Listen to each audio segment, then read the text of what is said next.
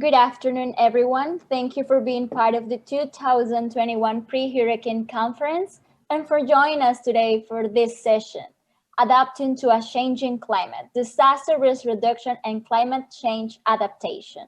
My name is Crystal Madrid and I'm the Communication Officer for the American Red Cross for LAC, and it's my pleasure to be here with you today. I would like to remind our audience to make sure they have choose and language channels. You can choose between English, Spanish or French in order to access to simultaneous translation. This time, I would like to introduce Stefan Kishore, who will be moderating this session. Mr. Kishore has been a professional in disaster management field for over 14 years. Starting as a volunteer in the movement while working as a teacher, he realized his passion for serving vulnerable people and living the Red Cross way. Having technical skills in geology, he decided to pursue a career path in disaster and crisis management, where he has worked with the Trinidad and Tobago Red Cross since December 2011. Currently, Mr. Kishore manages a portfolio of crisis management which encompasses disaster management, migration, COVID-19 response, and climate change. Mr. Kishore is also the chair of the Caribbean Disaster Management Network.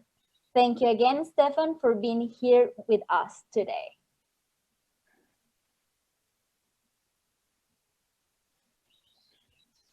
A pleasure, and thank you so much, Crystal, for that introduction.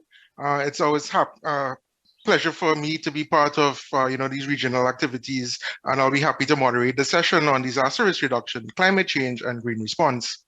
The IFRC has been calling for inclusive, green, and resilient recovery to disasters and pushing for community-led adaptation and resilience to climate change.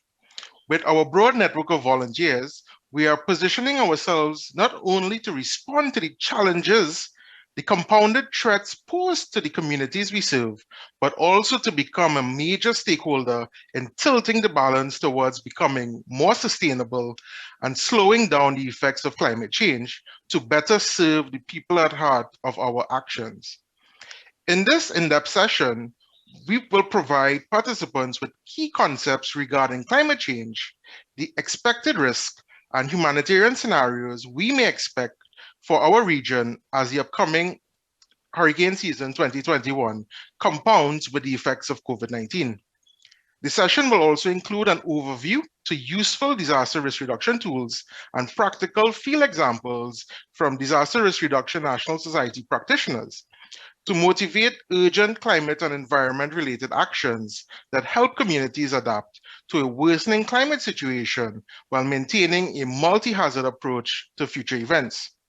The main objectives of the session would include increasing one's knowledge and understanding of the humanitarian consequences of extreme climatic events, mainstream awareness that urgent climate action is possible throughout our network of youth, volunteers, staff, as well as the communities we serve, to support the integration of climate-related and environmental considerations in emergency operations, to promote peer-to-peer learning opportunities and exchange of disaster risk reduction good practices from the America's national societies, while increasing visibility on climate and environmental initiatives in the region, to support the dissemination of disaster risk reduction, climate change-related guidelines and tools, and lastly, to increase the visibility of the Red Cross's auxiliary role as a key implementation partner. Our esteemed panel of presenters include Aide Zamorano of the Zurich Foundation, where she is the Climate Change Adaptation Program Manager. Next, we will have Anthony Mitchell, Disaster Risk Reduction Officer at the Canadian Red Cross. I'm proud to say he is Trinidadian and based at our country cluster office here in Trinidad. Third, we'll have Brenda Avila, Coordinator for the Community Resilience Program at the Mexican Red Cross, where he handles the program on earthquakes and floods. Next, we will have Kevin Douglas, the Emergency Service Manager, as well as he's also the manager of the Resilient Islands Project at the Jamaica Red Cross. And fifth, we'll have Lily Bowman, Director General at the Belize Red Cross. And lastly, via a video presentation, we would have Richard Casagrande, who is the Senior Officer for Recovery and Green Response at the IFRC in Geneva. Over to our first panelist, Aide, the floor is yours. You may begin your presentation. Thank you.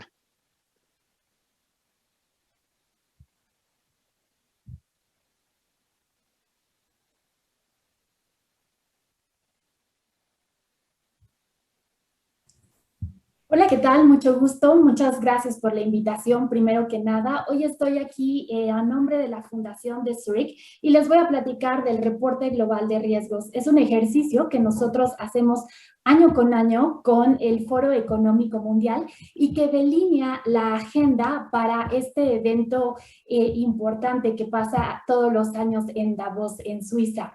Bueno, ¿qué rol jugamos nosotros dentro de Zurich para poder participar aquí? Esta es la 16ª entrega que hacemos. Es una encuesta donde se ponderan y se evalúan 35 riesgos y hay 840 expertos alrededor del mundo con diferentes perfiles que, bueno, nos ayudan a ponderar y a calificar estos riesgos. Los dividimos en probabilidad e impacto. ¿Qué rol jugamos nosotros? Bueno, dado el conocimiento técnico que tenemos dentro de la compañía, les acompañamos proveyendo de información.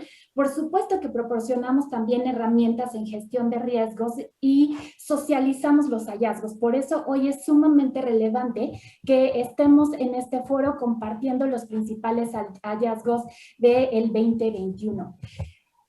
Este es el primer año que los resultados se dividieron en 3 aspectos. El primero tiene que ver con el corto plazo, después mediano plazo y después largo plazo. Yo me voy a centrar en el capítulo que está dirigido al cambio climático, que es el largo plazo.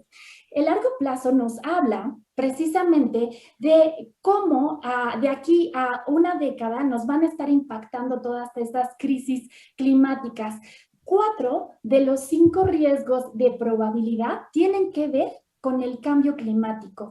Aquí es un llamado de atención, una voz fuerte desde web y de todos estos especialistas en gestión integral de riesgos para que nosotros comprendamos que, bueno, hay que atenderlo y aunque COVID nos vino a enseñar, ya la madre naturaleza nos había advertido sobre una posible pandemia. Ya teníamos por ahí el SARS, el MERS, el Zika, se presentaron antes y sin embargo COVID nos tomó a todos por sorpresa y sin preparación.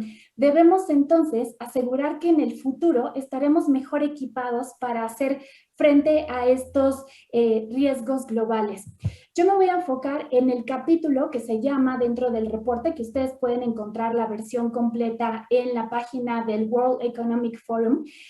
Lo pueden encontrar completamente. Hay un capítulo que habla sobre los mercados imperfectos, otro que habla sobre las barreras de la inclusión digital y otro que habla sobre los pandemias, que es este grupo de jóvenes entre 15 y los 24 años que tienen una desilusión generalizada porque ya vivieron al menos 2 crisis mundiales en su existencia.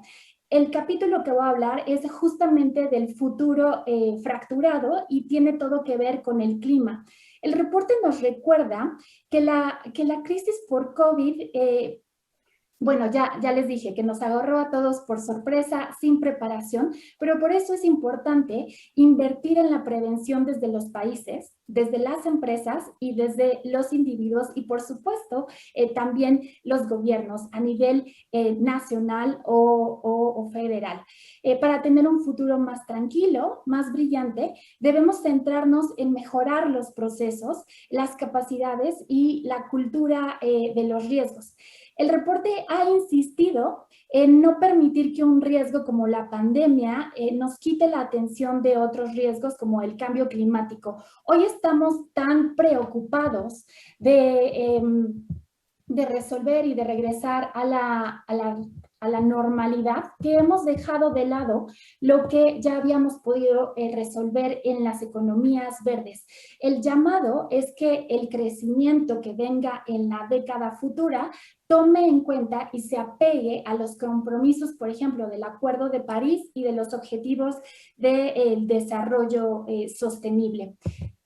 Nosotros desde el perfil y desde el reporte global de riesgos y que también desde Zurich animamos a que ocurran estas alianzas, tenemos 4 pasos que pueden seguir los diferentes tomadores de decisiones.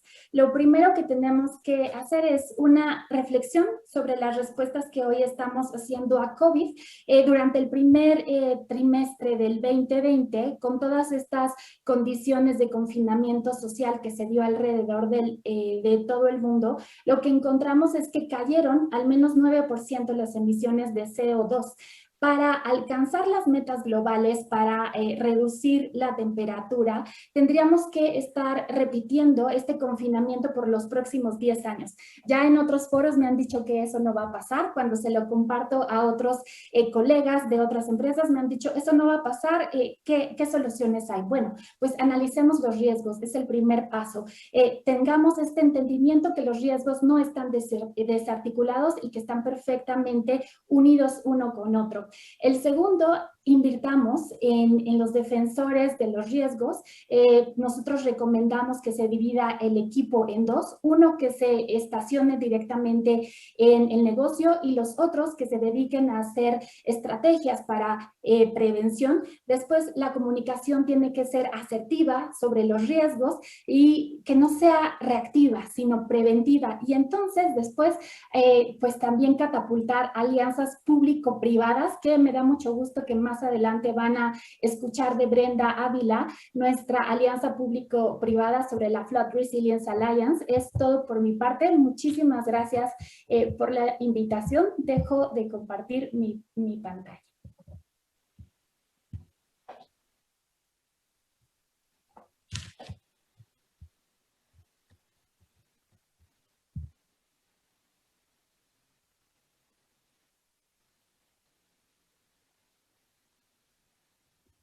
Anthony.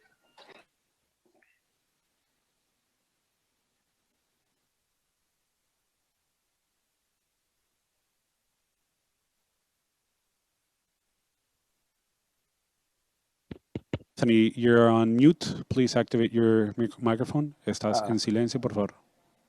Apologies. My name is Anthony Mitchell, as the moderator said. I'll be looking or giving some information concerning a project that is being done by the Canadian Red Cross in the Caribbean in 3 countries. And we'll be looking at how we will be considering disaster risk reduction in this time of COVID. So I'll just share my screen.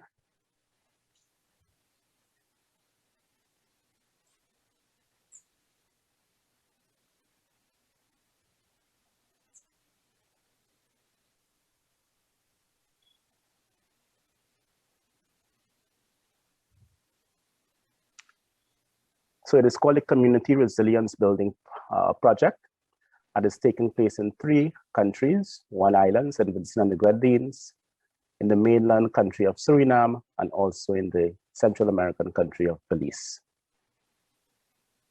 It is an initiative of the Canadian Red Cross being conducted at the Global Affairs Canada, and we are looking to improve the resilience of 17 communities in the respective countries. The project is being conducted in 3 phases. First of all, we look at the community and we look at the needs of the community. Then, based on the needs and the needs assessment that we have done, we do particular training in disaster mitigation and management, depending on what are the relevant possible hazards in the community. And then we also implement micro projects to build resilience. So it's a 3-part program.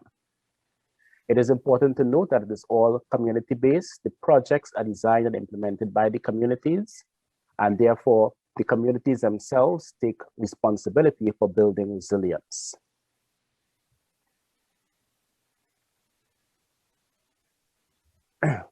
As far as possible, we try to take an ecosystem-based approach. How can we use the environment to build sustainability and to build resilience? And most importantly, it is focused on what are the impacts or possible impacts of climate change to these communities. So our training and our projects are based on what are the possible future impacts of climate change and how can we mitigate these particular impacts. We always have to be gender sensitive and inclusive in all our projects and all our trainings. And our main focus is climate change with gender inclusivity. These are the main types of hazards in the Caribbean: tectonic events or earthquakes, periodic hurricanes, flooding due to high rainfall events, drought, and of course, recently in St. Vincent and the Grenadines, as we have realized, volcanoes.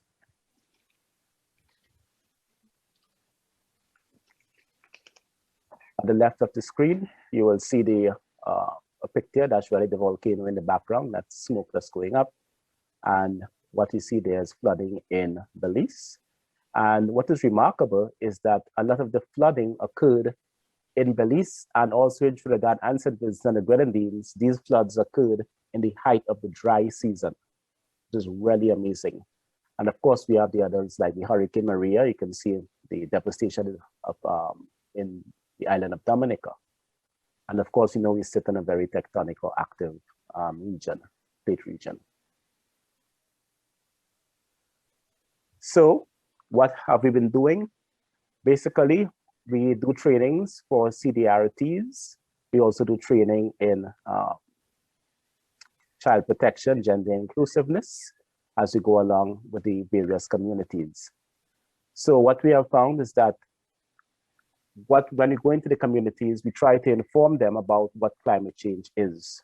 And then we look at what will be the possible impacts going forward, considering the hazards that they face.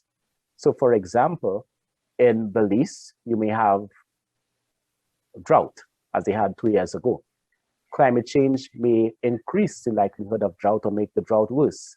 So what can we do to ensure that the drought conditions are alleviated? The same thing may happen in Suriname based on climate change predictions. So one of the projects in Suriname will be water harvesting. A project in Belize may be growing different types of crops that do not require as much water. So what we are doing is basically how can we, knowing that these hazards, what are the impacts of climate change, how can we mitigate these hazards? And these are called micro projects because they're not huge projects, but they benefit the community at hand. What we have also found in something like a volcano that happened in St. Vincent is that climate change may not cause or affect volcanic activity, but the impacts of the volcanic activity can be heightened by climate change impacts. So if you have a lot of ash, as is in St. Vincent, and you end up with a long dry spell, then you have all this dust going into the air and it causes a health issue. If you have a high rainfall event, you get rivers of mud coming down and washing away everything, contaminating the water wells, etc. So even though the volcano may not be caused by climate change, certainly the impacts of climate change can worsen the impacts of the volcano. So what we have been doing is the communities get together, they are trained in the CDRTs, community disaster response training, and they devise their own community disaster preparedness plan. And these are what our CDRTs have been doing. Here we see in St. Vincent, they are preparing for victims of the hurricane. This is community training and protection, gender and inclusion in emergencies, which have been occurring more and more.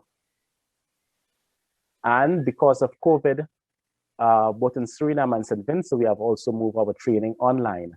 And in trainings like these, you can get up to about 70 persons participating. So it's one way of dealing with the COVID situation. What we see here is on the left of the screen, you will see persons in Suriname. They're doing a simulation. And of course, we have training again in the persons in Belize. So that's basically is what is occurring in our part of the woods. We're looking at the impacts of climate change, the various communities, training persons in disaster preparedness, bearing in mind what are likely to be the future impacts. The training is tailored to that. And then we devise micro projects to ensure that we can mitigate the effects. Thank you very much. And I will stop sharing my screen now.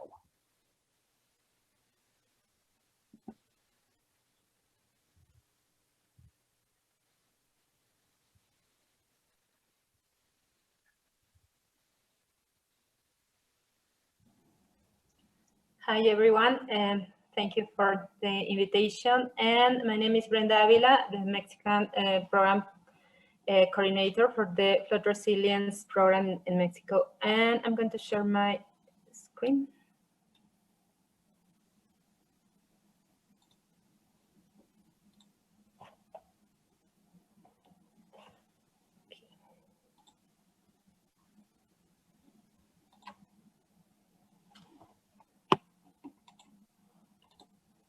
Okay, the Flood Resilience Alliance program started in 2013, led by Zurich Foundation, with the participation at the beginning of the two organizations that were IFRC and Practical Action, and with actions focused on community education, social organization, and community brigades, as well as improvement of livelihoods related to flood impacts. For the second phase, the participation of more organizations increased, and the resilience approach based on 5 capitals helped to determine some actions based mainly in measurement of resilience actions and the community preparedness, and we strengthen the advocacy actions and risk reduction management at all levels in the community, in the stakeholders, government, etc. So what was the value of this preparation? And during the years of community work, we have had results based on community experiences, such as this knowledge about their risk, the strengthening of community and personal capacities, the community can reflect about their risk and can self-manage their risk, and to have some kind of autonomy in the actions, as well as they can involve this or some key stakeholders for the sustainability of the actions in the community. But how this program has the relevance talking about the climate change. So I can say that our community work, we can lead or guide in 4 steps or in 4 spaces. First of all, it's important for us that the community of people learn and understand the causes and impacts of climate change, and understand the vulnerability to live in some place, to work in some place. Next is to addressing the problem with the immediate reality.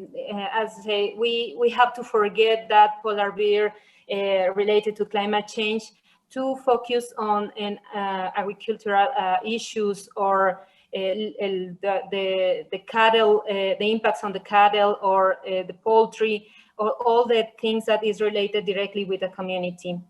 And then at the end is to have some actions related to real adaptation or mitigation, depends on what is the problem identified. And so I think we have a very clear frame of work talking about climate change.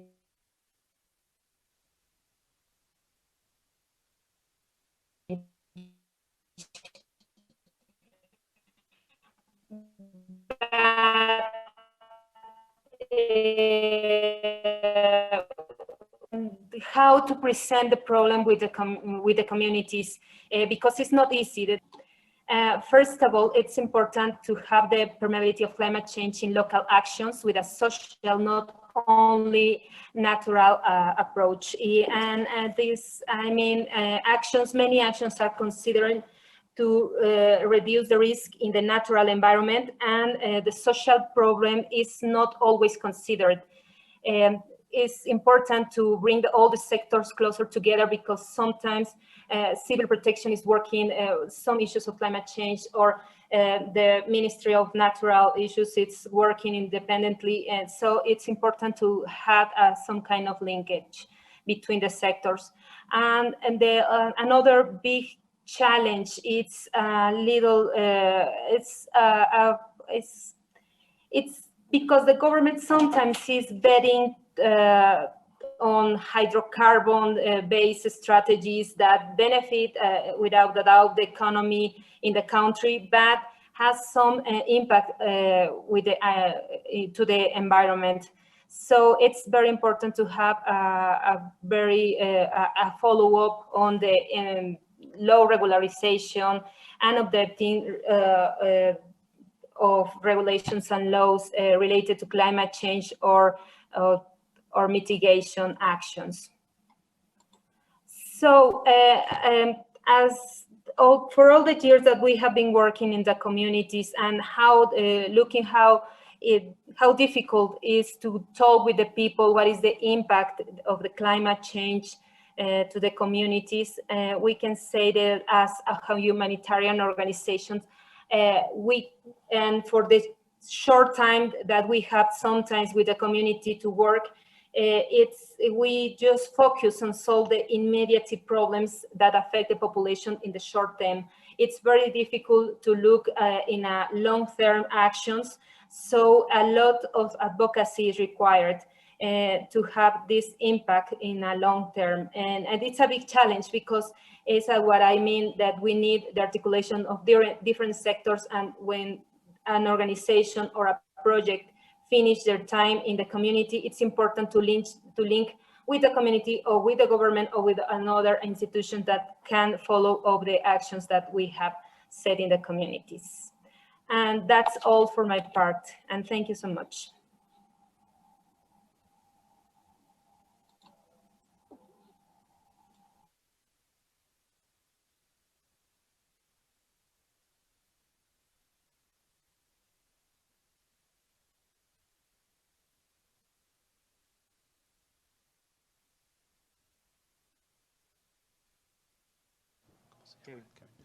Kevin, go ahead and start, please. Okay, thank you.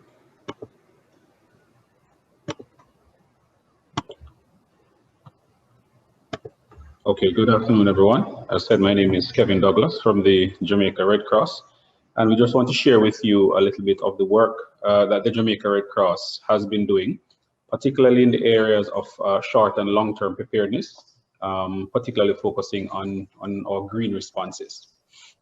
So a local community's ability to anticipate and prepare for and respond to shocks and stresses, and to basically lead and lead their resilience building journey is still very critical to sustainability.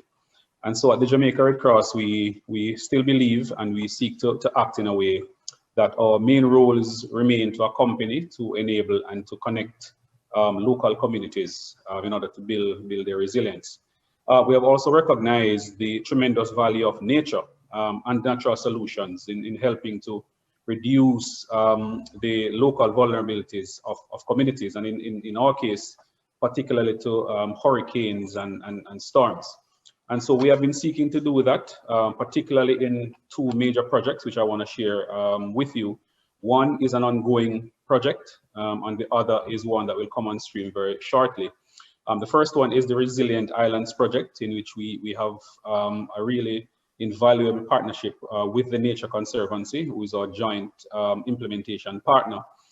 This is funded by the German government under the International Climate Initiative.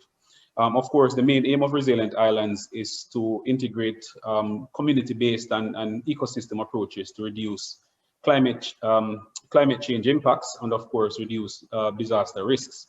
And of course, we have been implementing that project in a community called Old Harbor Bay, which is our largest fishing village.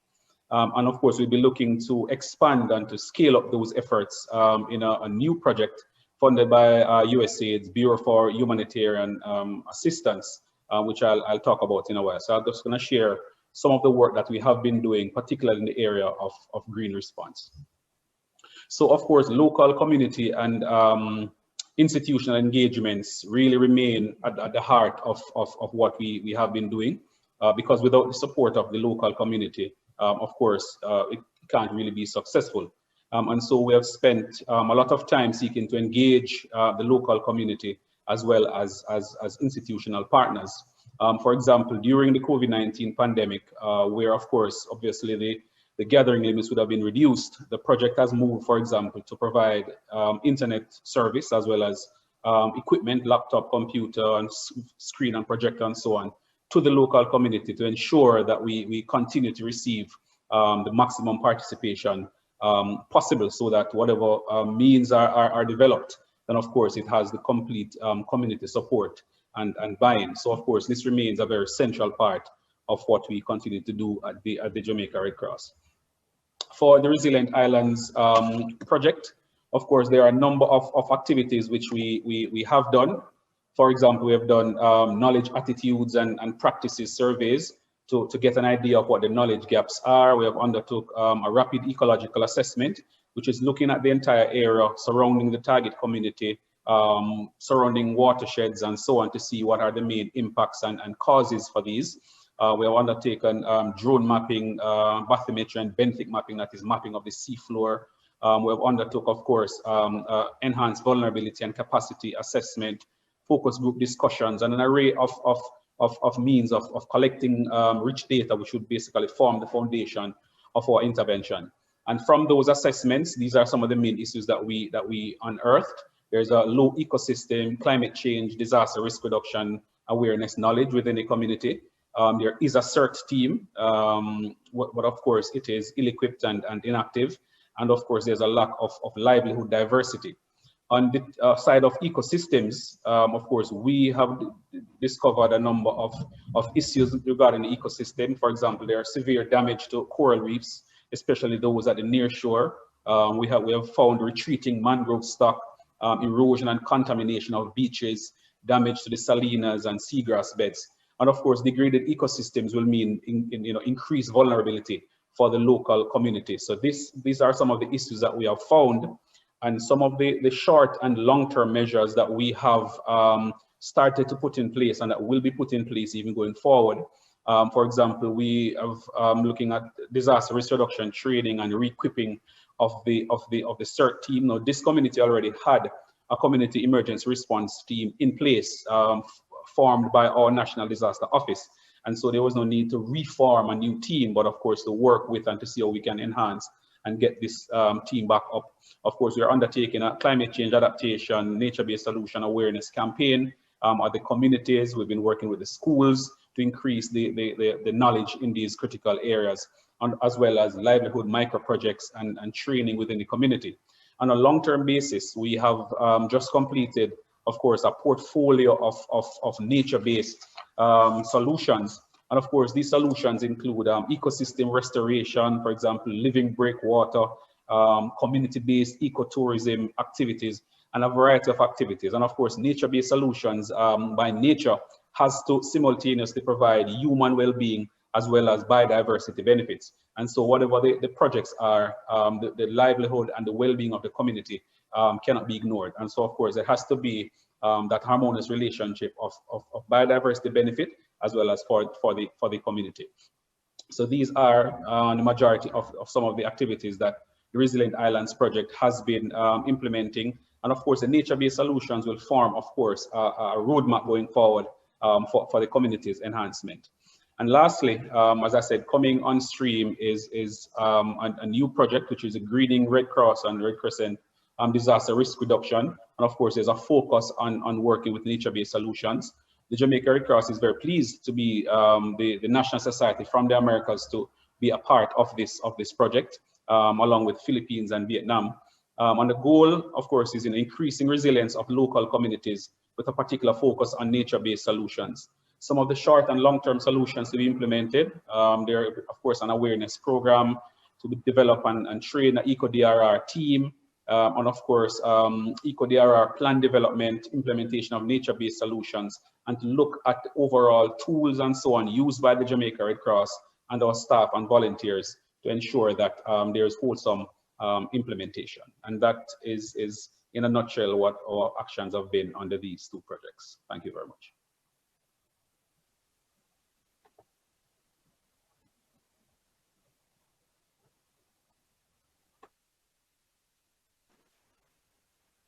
Good evening to everyone. Let me just get my screen ready.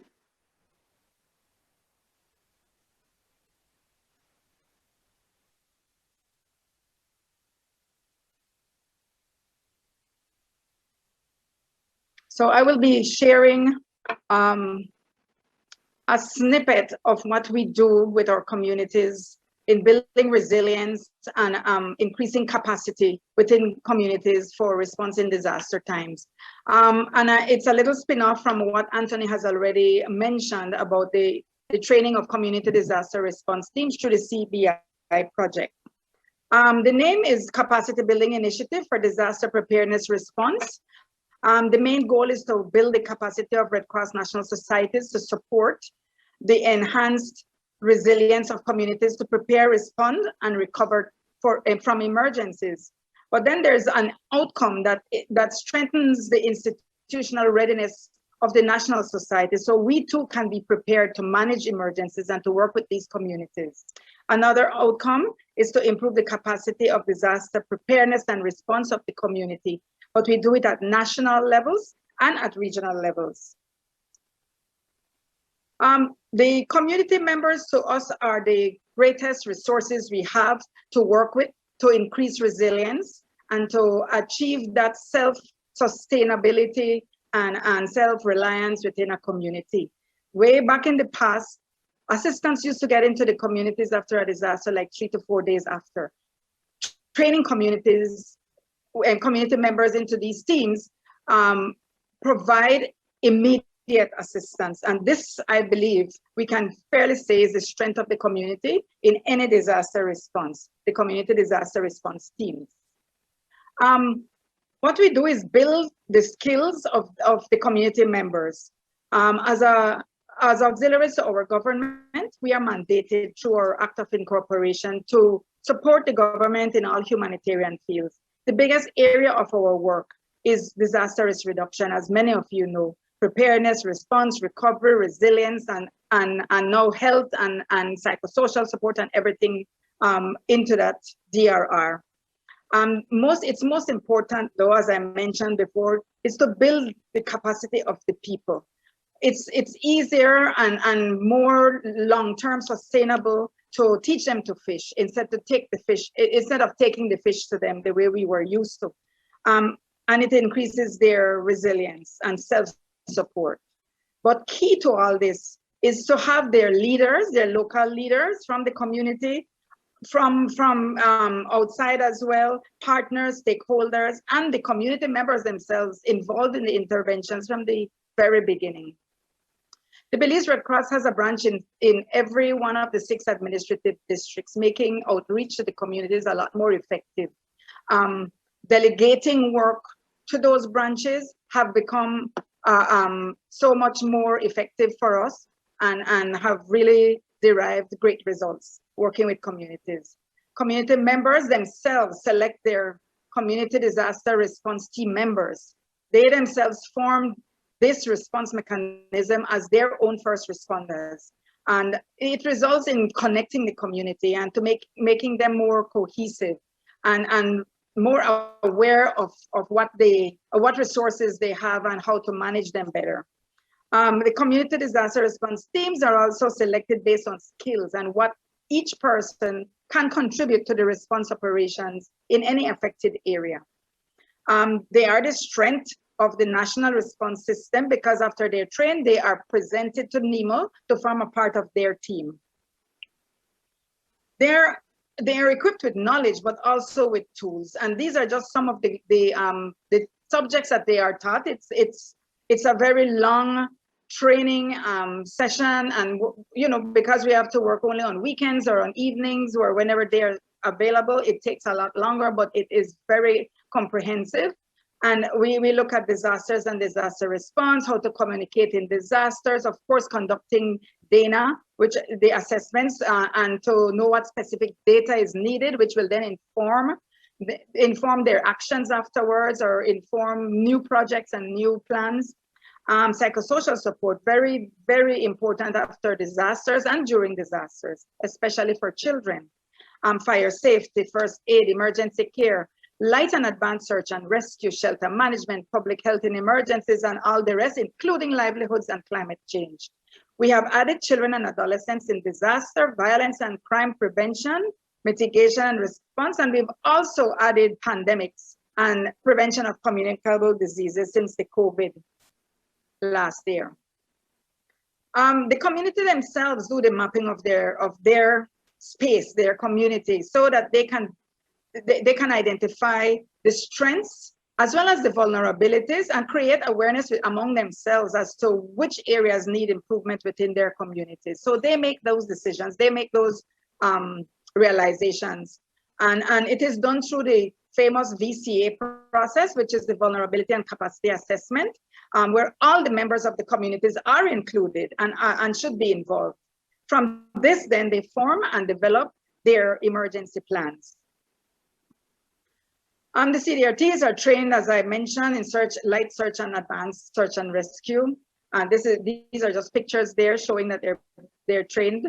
But then in terms of activation, it's NEMO, the National Emergency Management Organization, that activates them as first responders and shelter managers within their own communities. They are equipped with tools, and the tools must be relevant for quick response within their communities.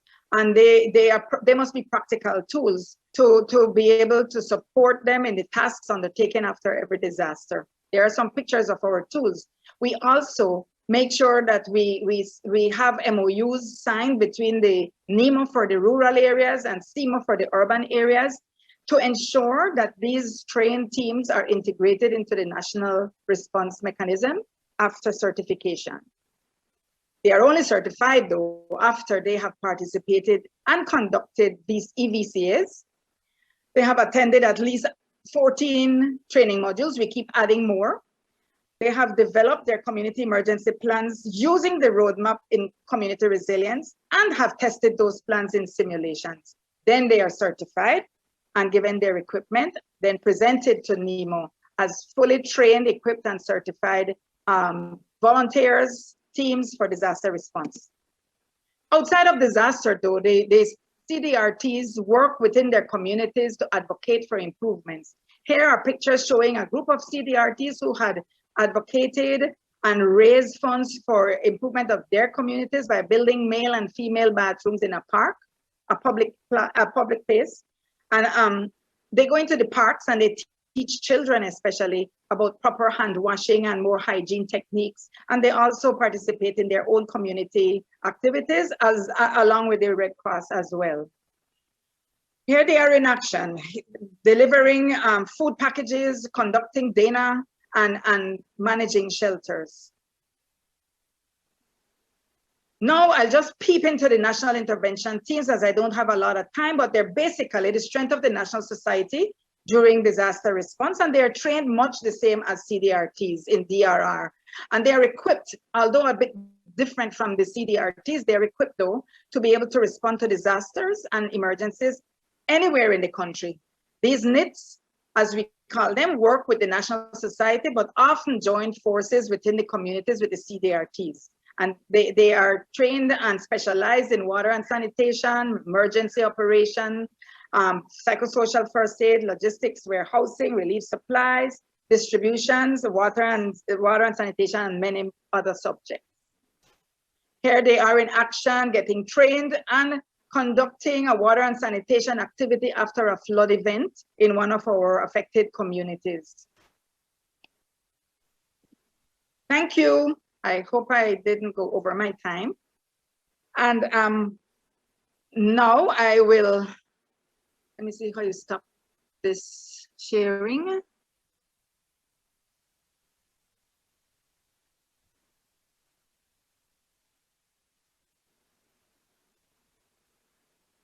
Okay, and now I will introduce Richard Casagrande, who will be talking about a video on green response. He is the green response focal point for IFRC Geneva. Thank you very much. Richard Casagrande. Sorry, Richard.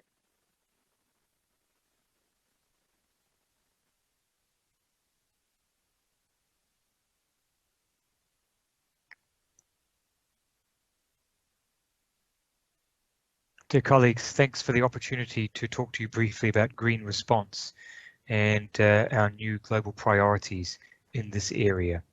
What is green response? We do have a definition: saving lives and reducing suffering without risking damage to the environment. quite simple: making our humanitarian response greener. The UN uses the term environment in humanitarian action. Now, why is green response or environmental sustainability a priority? We've been making commitments for many years in many different ways to ensuring we don't harm the environment through our humanitarian response and recovery. But we have some more recent and more serious commitments in this area. First, our environmental policy of 2019, Strategy 2030, which is very clear about addressing the climate and environment crises. And this year, we have the new Climate and Environment Charter for Humanitarian Organizations, which we've just very publicly committed to and adopted. So this theme of environmental sustainability and climate change is a priority everywhere at the moment.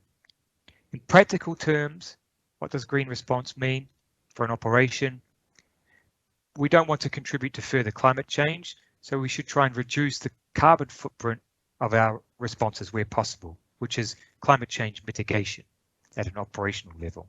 And also ensure our programs and operations don't damage the environment in other ways, through pollution, deforestation, managing natural resources like water responsibly. We have a green response working group, which is working globally as a network to promote green response across Red Cross, Red Crescent. It was started some years ago in 2014 by Swedish Red Cross. It's been supported by Canadian and Australian Red Cross over the years. But as of this year, IFRC Secretariat, myself in particular, we're now leading the Green Response Working Group in line with our new strategy and priorities. We have 20 plus national societies involved and it's growing. So we do encourage you to join us in the working group. We can connect you to tools and resources, and we'll be producing some that will be of assistance to you this year. And you can share with us your own best practices.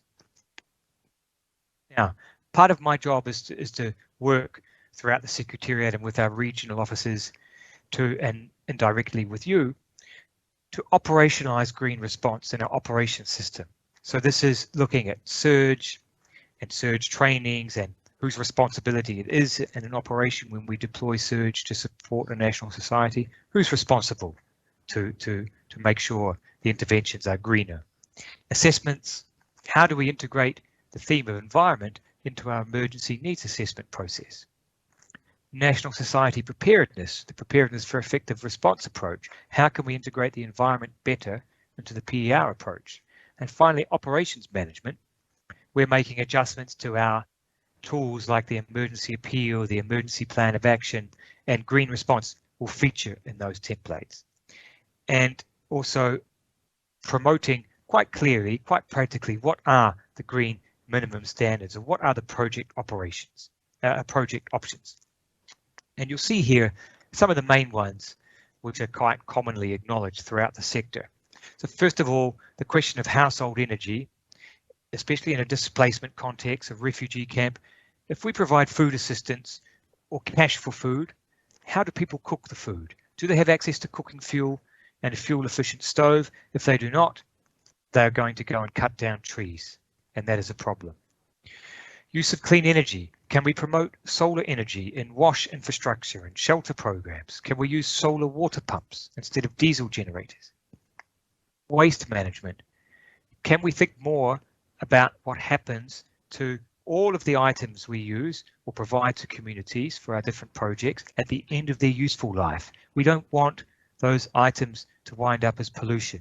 So are we choosing the right items, and is there a way that they can be disposed of or recycled? Using sustainable construction materials, particularly in wash and shelter. Avoiding deforestation in particular, but potentially promoting reforestation in certain operational contexts. Minimizing plastic use, especially single-use plastics, in anything that we purchase. And finally, promoting cash and voucher assistance, or indeed local procurement over international procurement as a way to reduce transportation. I want to mention the Sustainable Supply Chain Alliance briefly. It's a new initiative, ICRC and IFRC initiative on the greening of logistics. There are many projects there which you'll start to hear about from your logistics colleagues, some on fleet and working towards greener fleet and greener vehicles, some on procurement, sustainable procurement guidelines for non-food items, for example, some research projects looking into the design of a greener tarpaulin or an alternative to polypropylene food bags. And importantly, a new project looking at developing a carbon footprint accounting tool for the humanitarian sector so we can all measure our carbon footprint. Now, is green response only about doing no harm and not harming the environment, or should we try and go a step further and also promote positive environmental outcomes? So yes, it would be nice if we can think about these things in the future, and particularly in longer term operations, recovery operations, or protracted crises where we're working for many years, promoting the circular economy, recycling, reusing, upcycling initiatives like waste management projects that can create livelihoods opportunities. Can we use green products that have carbon credits attached to them? There are many sector-specific initiatives that are happening throughout our network globally in the different areas, the different sectors, shelter, wash in particular, quite a lot happening in logistics, a few small pilots here and there on livelihoods and recycling. I don't have time to go into all of these, but they're here in the presentation. And finally, also some greening examples. I, again, don't have time to go through them all here, but recycling initiatives, using fuel efficient stoves that also have carbon credits. I don't have time to go through them all here, but recycling initiatives, using fuel efficient stoves that also have carbon credits attached to them, greener fecal sludge management, and here in the Americas, Costa Rica's Green Fleet Project, and indeed an example of Panama Red Cross recently using solar water pumps. So I'll close there. I don't have any more time available, but do think in future operations. I'll close there. I don't have any more time available, but do think in future operations of the possibilities there are to go green. And I do hope that our regional and cluster colleagues in the Federation will work with you to see how we can make the operation greener. Thanks very much for your attention. Let me stop my presentation and stop recording here. Have a good day and have a good pre-hurricane meeting.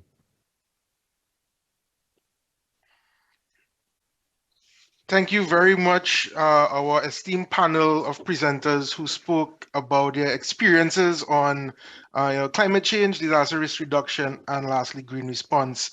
I want to just, as we go into our wrap up now, we're going to see how much you've learned through a Menti. So I'm going to invite my colleague Nadia, who's going to share her screen and give the access code to the Menti. So in the meantime, as she pulls that up, everybody please grab your cell phones or open your web browser, right? And go to menti.com. Thank you very much. Thank you very much, Stefan. Thank you very much, our dear presenters and all of our public. I'm going to share my screen now. Just please let me know if you can see it in 2 seconds. Share. Can you see it? Yep. Thank you. So let's start this dynamic already. I don't know if it's full screen. I think it is. Okay, I'm going to start playing. So go to www.menti.com and use the code 89661947, and you should be able to access our game. So, yes. I see that a lot of people are already getting in the game. Ooh, more people are getting in. I see a little Santa Claus, a little penguin, a strawberry, barefoot, a lion. So shall we wait a small minute? Stefan, what do you say? Yeah, I think so. We have some time. Yeah, we have some time. So we have now 23 participants of 263 people. So we can still wait for a few to be part of this. So have you liked the presentation so far, Stefan? Yeah, it's a great, learning experience. Being in the Caribbean, sometimes we don't get to interact, and I love hearing about how people adapted to COVID-19, especially when it comes to community training, how they were able to, still do things, but also adapted virtually to get the community on board. I love what Jamaica did with, giving equipment to the community so they can, really take part in the training. Yeah, I think it's very cool that we're right now developing CDRTs, but at the same time using these platforms as well to push other type of agenda like climate change. I think all of our presenters were really great. So we have now 53, 54 participants and counting. So I'm going to start launching the countdown for the first questions. Remember, whoever answers first is the one to win. Are disasters natural? ¿Hay desastres naturales? What do you say, Annabella, Keisha? I know that you guys are also online. Are disasters natural? Think about it. We have our answers in 3, 2, 1. Time's up. Wow, most of them said no, that disasters are not natural. Do you know that? Why, Stefan? No, tell me. Well, because I know there are different types of disasters. Natural disasters are being one of them. Of course, disasters are not natural because threats are natural, but disasters are also have a socioeconomic component. So there's a social component to it. So disasters are not natural. So I'm glad a lot of our participants got it right. I'm just gonna pass to the next slide then to see, maybe this one is a little bit harder.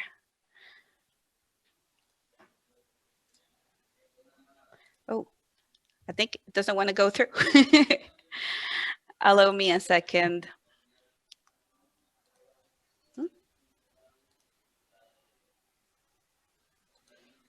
What's going on?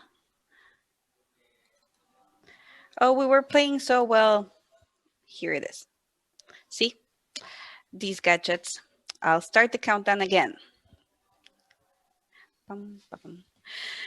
Do you think national societies have a role to play in climate change action? ¿Ustedes creen que las sociedades nacionales tienen un rol que jugar en acciones por el cambio climático?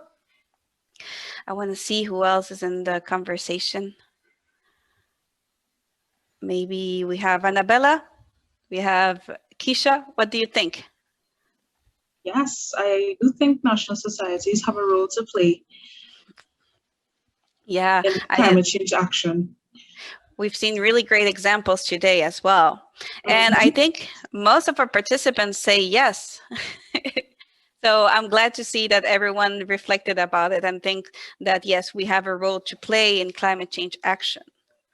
So now that I know why it wasn't working, I'm going to run the next one.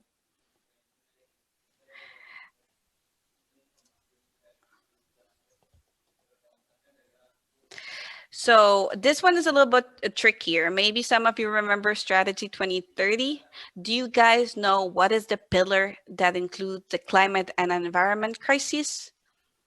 Do you guys remember Strategy 2030? It was slightly mentioned in one of our presentations. So we hope you guys know which one is it. Ooh, no, it's pillar 1. So I see that not all of you guys got it right. Do you remember, are you up with your Strategy 2030, Keisha? Do you know what else Pillar 1 encompasses?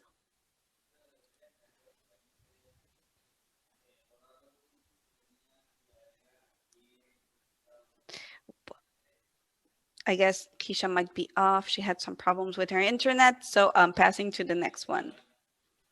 And this is the final, the fourth question. And this one, yes, this one is from the last presentation. Can you name one of the minimum standard for green response? ¿Pueden nombrar algún estándar mínimo de respuesta verde? That was mentioned in Richard Casagrande's presentation, so I'm really hoping you guys were paying attention. Oh, very good. So we have 28 people that, yes, they were paying a lot of attention. So yes, one of the minimum standards we can have as green responders is to minimize the use of plastic, like improve our waste management. We can actually promote local procurement and the use of CVA. And these and others that were in Richard's presentation that you can later access, well, you might find this useful information directly on the website. So we plan on sharing this presentation soon. And the last question of them all, to see who is the winner of this contest. We actually have a prize. Can you name some of the benefits of keeping ecosystems intact? ¿Pueden nombrar beneficios de mantener los ecosistemas intactos? This, I think, was kind of embedded in all of our presenters' information. Yes, all of the above.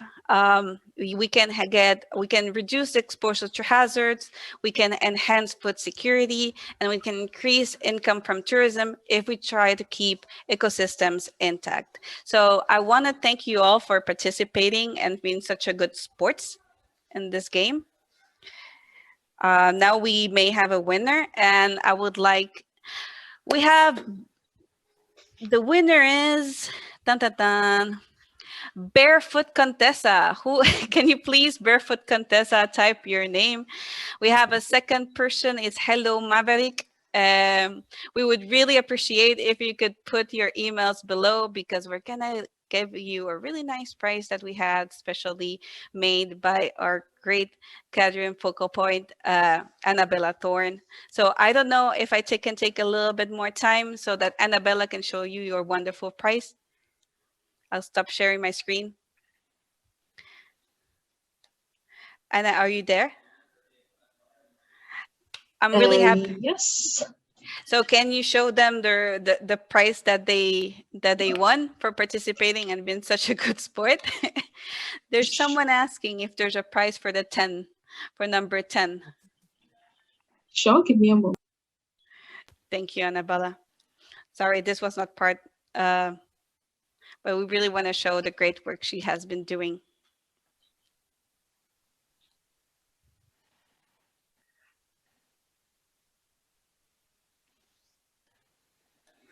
Well, I guess, Annabella, are you there?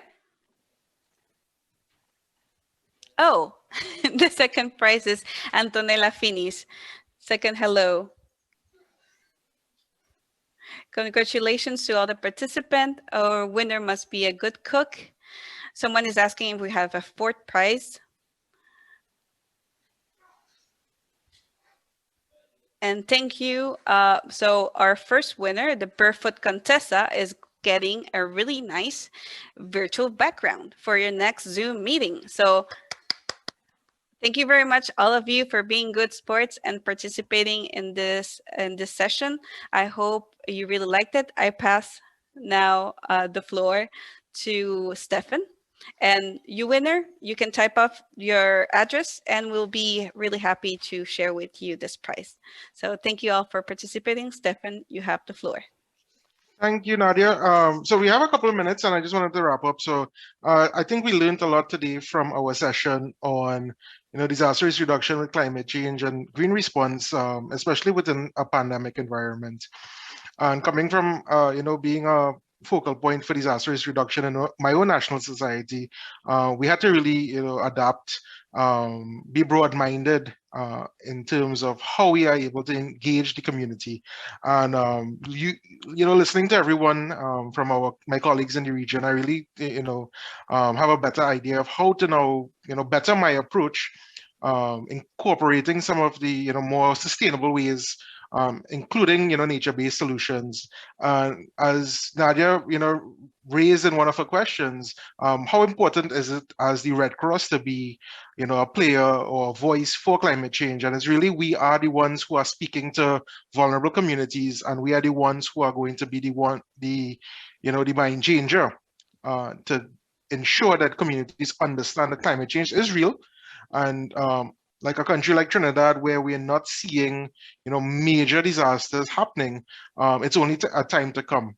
while we may survive with flooding and 1 or 2 tropical storms every other year, climate change is going to be bringing more and more hazard impacts to our countries, and it's very important that we ensure communities are being more resilient. And green response is also something that is dear to my heart, starting in 2014, trying to make our own local response more green. So I appreciate the presentation, and I definitely will be joining that working group with Richard Casagrande, as he invited everyone in the region to also join.